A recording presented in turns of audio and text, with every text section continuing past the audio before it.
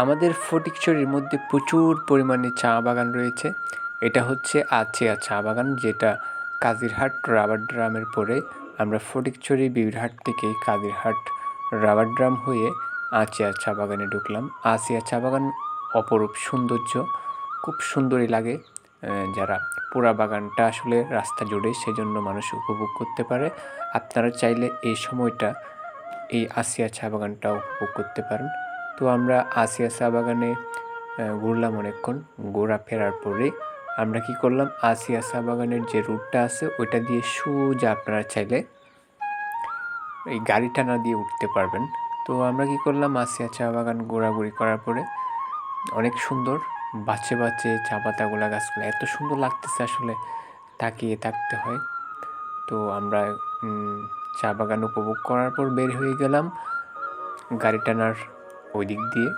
তো যাওয়ার সময় মনে হচ্ছে যেন আমরা ওই মহালছড়ি খাগড়াছড়ি যে রুটটা আছে অনেকটা এরকম ফিল পাচ্ছি। মনে হচ্ছে সবুজের একটা গুহার ভিতরে ঢুকে যাচ্ছে, এরকমই মনে হচ্ছে। চারিদিকে ঝোপঝাপ গাছপালা সবুজ দিয়ে ডেকে আছে, অপরূপ সৌন্দর্য চারিদিকে। আপনারা চাইলে ঘুরতে আসলে অবশ্যই রাবার ড্রাম এসে রাবার ড্রাম থেকে চা বাগান আসতে পারবেন।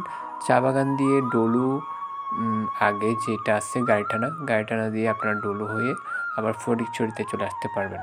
তো ওই দিকে যাওয়ার সময় আসলে রাস্তাটা আশেপাশের পাহাড়গুলো এত সুন্দর লাগতেছে, খুব সুন্দর সবুজ হয়ে আছে চারিদিকে, অপরূপ সৌন্দর্য। আসলে বাসায় বলে বোঝানোর কোনো অপশন নাই, আপনার নিজ চোখে দেখলে কিন্তু অসাধারণ সুন্দর এই দৃশ্যগুলো, এক কথায় তাকিয়ে থাকতে হবে।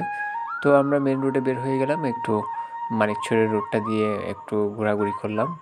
খুব সুন্দরই লাগতেছে আসলে এই বৃষ্টির মধ্যে সবুজ সবুজ চারিদিকে, অপরূপ সৌন্দর্য সৃষ্টিকর্তার যেদিকে যায়। তো আমরা ঘোরাফেরার পরে আবার ডলু স্কুল যেটা আছে স্কুলের পাশে একটু দাঁড়ালাম। এই ফাঁকা জায়গাটাতে আমার এত বেশি ভালো লাগে, চারিদিকে সবুজ আর সবুজ।